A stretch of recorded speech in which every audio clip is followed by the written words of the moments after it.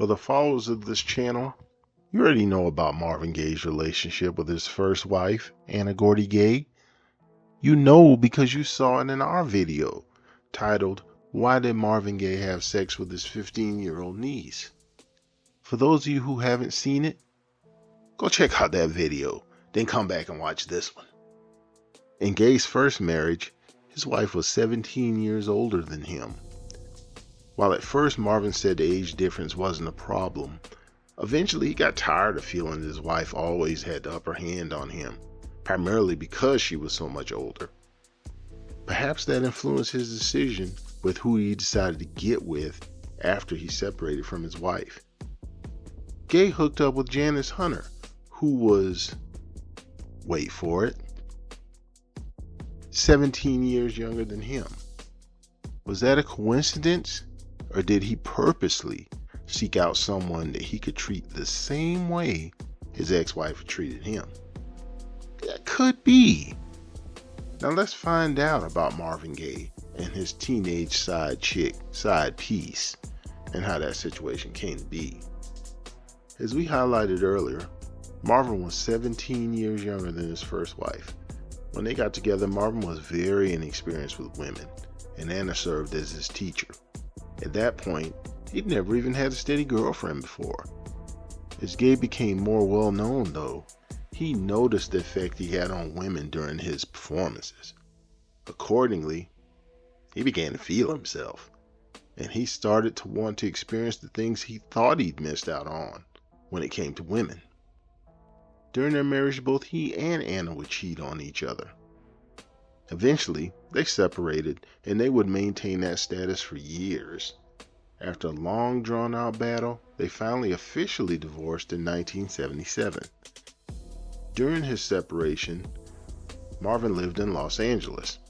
In early 1973, he was working on his iconic album, Let's Get It On. At that point, his producer was a man named Ed Townsend. Townsend was friends with a woman named Barbara Hunter, and Barbara had a 16-year-old daughter named Janice. Janice was the product of taboo sex, at the time, as this was in the late 1950s, between her mother, a white woman, and jazz musician Slim Gaillard, a black man. Barbara and Slim were never married, and they had a relationship primarily based on infatuation and sex. Barbara was known to prefer being with black men. That's how she met Slim, watching him perform at one of his shows. At that point, she'd been listening to his music for years and longed to meet him. He approached her after a show one night, and they immediately began a sexual relationship. While Slim went back on the road performing after a few days together, Barbara went back to her native Boston, Massachusetts. After returning home, she found out she was pregnant with Slim's baby. Uh-oh. Rather than face the shame of being white with a black baby and having to answer to her family, she fled from Boston, and she flew out to Los Angeles, where Slim was at. Shortly after that, baby Janice was born. While Barbara hoped that Slim would come around and at least visit his daughter, if nothing else, his visits were rare.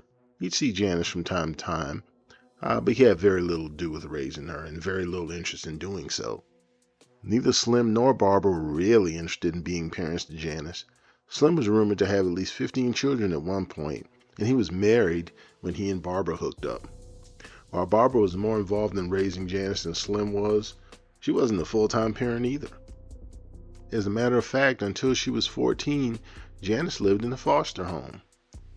Meanwhile, to make rent for herself and keep the lights on at her home, Barbara had affairs with men like blues musician Joe Williams, NFL player Dick Bass, and NBA player Ray Felix. She also indulged in illicit drug use and often was in the company of junkies. While Janice's mother would visit her and sometimes do fun things with her, she'd always take her back to the foster home afterwards, and then head back to her own home. By the time she turned 14, Janice had grown tired of staying at the home, and she longed to escape the abuse that she'd suffered. She refused to stay there any longer. This is how she finally was able to live with her mother full time. By this time, her mother had married a man named Earl, who was a big-time cocaine dealer. After being raised in this fashion, is it surprising that Barbara would eventually offer up her teenage daughter on a platter to a full-grown man? This is how it went down. Janice had always been a fan of Marvin Gaye's music. When she found out that her mother was friends with Gaye's producer Ed Townsend, she pressed her mother to ask him to sing at her 17th birthday party. Townsend said that he would, came back with word that Gaye would indeed sing at her party. However, Gaye didn't show up at the party. Janice was crushed. About a week later, though, Townsend promised to take her to meet Gaye in person at his studio, and Janice happily agreed. And she got as sexy and adult looking as a 17-year-old possibly could, and traveled with her mother and Townsend to Gaye's studio. When Janice met Gaye, he apologized for missing her party. He told her he had gotten caught up working late. He then proceeded to light up a joint and pass it around the room. This was no big deal to Janice, as she'd been around much harder stuff before. Besides, she smoked weed with her mom before anyway. During the time they were there, according to Janice, Gaye couldn't keep his eyes off her. When it was time for her to leave, Gaye told her he looked forward to seeing her again. Janice was head over heels with excitement.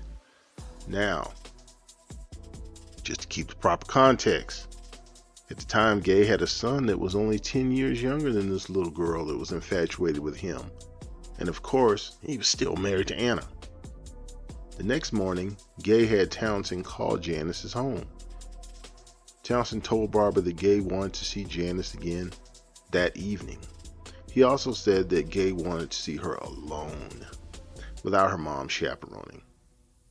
Sounds ominous, but her mom agreed to this, as Townsend would be there too. Janice headed off to school giddy with anticipation. To prepare for her next meeting with Gaye, Janice remembered the weed they smoked.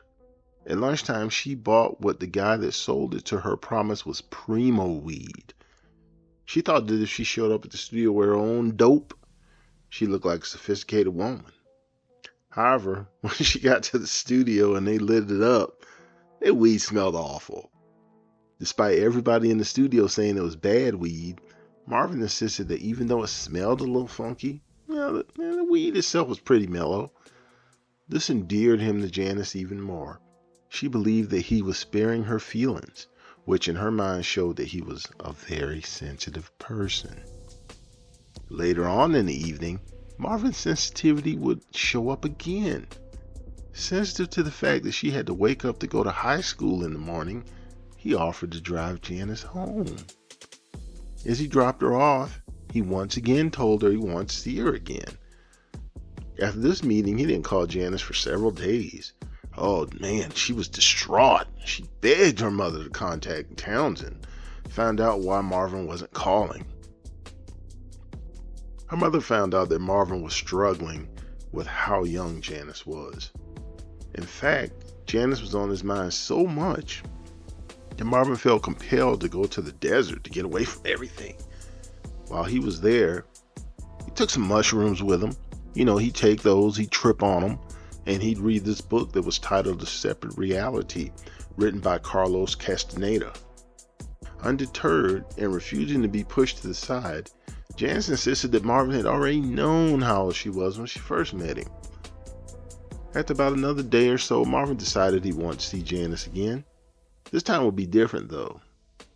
Instead of sending his producer to bring Janice to him, Marvin himself would pick her up. After he picked her up, he took her out to eat. He bribed the waiter to serve her liquor, to help her relax, as he put it. Afterward, he took her back home, and with her mother sleeping in the next room, Janice gave him oral sex. Now, at that time, Gaye lived in a modest apartment not too far from where Janice went to high school. Next time they met, Marvin took her there. They smoked some weed, got high, then had sex. Afterwards, Marvin told Janice that she was his girl. Those were the words that she longed to hear.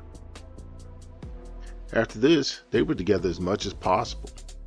Gaye would often pick up Janice from school when he didn't want to wait until the evening to see her. He also pressed her to quit school. He enjoyed having sex and getting high all day. School just got in the way of all that. Besides, he told her that he could teach her everything she needed to know. Similar to the arrangement that he had with his wife when they initially got together. She was the teacher, he was the student. On top of that, Marvin had already moved her into his apartment. One day, he picked up Janice at school in one of Anna's cars. Janice had asked him not to do this, and he promised that he would no longer use Anna's cars, but here he was with one again. He told Janice that they were going to pick up his son, who of course was staying with Marvin's wife. They'd also be swapping out Anna's car for his own car that was already over there. This made Janice nervous, and she told Marvin this. However, he said he was just going to take Anna her car back and pick up Marvin III. Besides, he assured her it'd only take a minute. When they got to the house, Janice got out of Anna's car, jumped into Marvin's car, and planned to wait for him there. At the same time, she thought that maybe Marvin had brought her there to put her on display, showing off to his wife that he had this hot new young girl as his side chick. Then, she was shocked when Anna began to come out of the house, trailing right behind Marvin and his son. Anna looked angry and determined, and she made her way to Janice's side of the car. She then told Janice to roll down her window. Scared, Janice only lowered it just an inch or so. She wanted to make sure that Anna couldn't reach her and try to hit her, and you know how people do. Come on now. So she didn't want none of that jumping off. Anna then said, quote, "I just want to see what someone like you looks like," unquote, with disgust in her voice. Janice said nothing. Anna then continued, speaking to Janice, but mostly to Marvin, quote, "Now that I've seen it, don't ever bring it back here again," unquote. Neither Marvin nor Janice said a word. Anna had called Janice an it, which made Janice feel like ish. At that point, Marvin got in the car. They drove off. Nobody said a word. Shortly after this time, Janice was still 17. This is about 4 months after she initially met Marvin. She found out that she was pregnant. Gaye was happy, and he was insistent that the child would be a boy. Sadly, Janice would suffer a miscarriage. While Gaye consoled her, he was still insistent that when she got pregnant again, the child would be a boy. The next year, on September the 4th, 1974, Janice had a girl, Nona. While Gaye was happy, he was disappointed that the baby wasn't a boy. The next year, on November the 16th, 1975, Marvin finally got his wish, and Janice had a son for him, named Frankie. Frankie was named after Marvin's brother. At this point, Janice was still only 19 years old. She had already been pregnant 3 times by a married man who was now 36 years old. She just made Marvin happy by having a son for him. And this is when Marvin began to get disenchanted with her. This is part 1 of the story of Marvin Gaye and his teenage side chick. You won't want to miss part 2 of this story, as we dive into a side of Marvin Gaye that many of you may not be aware of. Plus, there'll be at least 2.5 other surprises too. What does that mean? 2.5? Listen, check out this next video to find out. Until then, as always, thank you for watching our video. Please like, comment, subscribe, hit that notification bell, share this with your friends, and be sure to come back and check out more content, both old and new. Thanks, and see you soon.